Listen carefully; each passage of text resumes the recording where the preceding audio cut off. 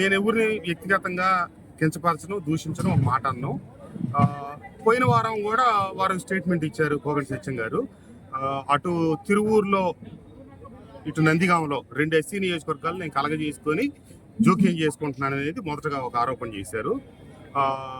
ఆ విషయం నేను దయచేసి కోగంటి సత్యం గారిని ఏం కోరుతా ఉన్నా అంటే తిరువూరు ఎమ్మెల్యే గారు కానీ నందిగామ ఎమ్మెల్యే గారు కానీ నేను ఏదన్నా ఒక విషయంలో ఆ నియోజకవర్గం అసలు తిరువూరు నియోజకవర్గంలో గట్టిగా చెప్పాలంటే 10 పేర్లు కూడా తెలియవు. నా ఫోన్లో 2-3 నెంబర్లు కూడా లేవు తిరువూరు ఎమ్మెల్యే గారి గత 2-3 పేర్లు చెప్తే. ఇంతవరకు అసలు నేను ఒక కార్యక్రమానికి కూడా పోను. సంవత్సరానికి ఒక రోజు ఆ కోడి పందాలకు ఆహ్వానిస్తే ఇది మన సంక్రాంతి సందర్భంగా పోయిన సంవత్సరం ఈ సంవత్సరం వెళ్ళని తెప్పించి ఏమీ లేదు. మరి వారు ఎందుకు ఆరోపణలు చేశారో నాకు అర్థం కాలేదు. అట్లాగే నిన్న ఎస్సీ ఎస్టీ బీసీ సోదరులకు సంబంధించిన భూముల్లో మేము కలగజేసుకున్నామని చెప్తున్నారు. ఈ విషయంలో నాకు కోగంటి సత్యం గారి నుంచి సర్టిఫికెట్లు ఏం అవసరం లేదు. ఈ నియోజకవర్గానికి సంబంధించిన ఏ బీసీ సోదరుడు కానీ, ఏ ఎస్సీ సోదరుడు కానీ, ఏ ఎస్టీ సోదరుడు కానీ నాకు అన్యాయం జరిగిందని కానీ లేదా ఎమ్మెల్యే గారు నన్ను ఏదో చేశాడని కానీ నన్ను చెప్తే నేను దానికి సమాధానం చెప్తాను. అట్లాగే ఎరగట్ట రోజుల్లో ఈ జిల్లాని శాసించిన పెద్దలు చాలామంది ఉన్నారు.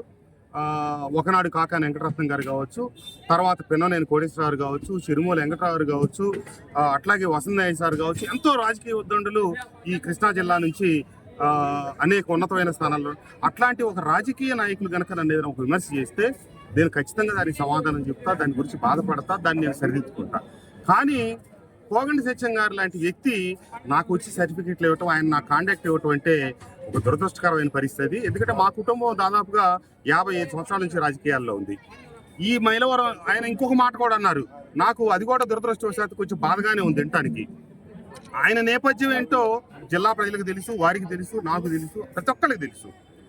ఆయన ఈ జిల్లాలో ఎవరినైనా ఓడిస్తా, ఎవరినైనా గెలిపిస్తానన్నారు. నేను ఈ మైలవరం నియోజకవర్గంలో 2 పర్యాయాలు శాసనసభ్యుడిగా గెలిచింది.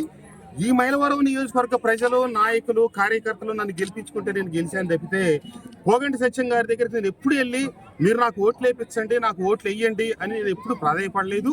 భవిష్యత్తులో కూడా ప్రాధాయపడను నేను. అట్లాగే ఎందుకంటే నేను పూర్తిగా ప్రజాస్వామ్యయుతమైనటువంటి ఒక రాజకీయ నేపథ్యం కలిగిన కుటుంబం నుంచి వచ్చిన వాడిని.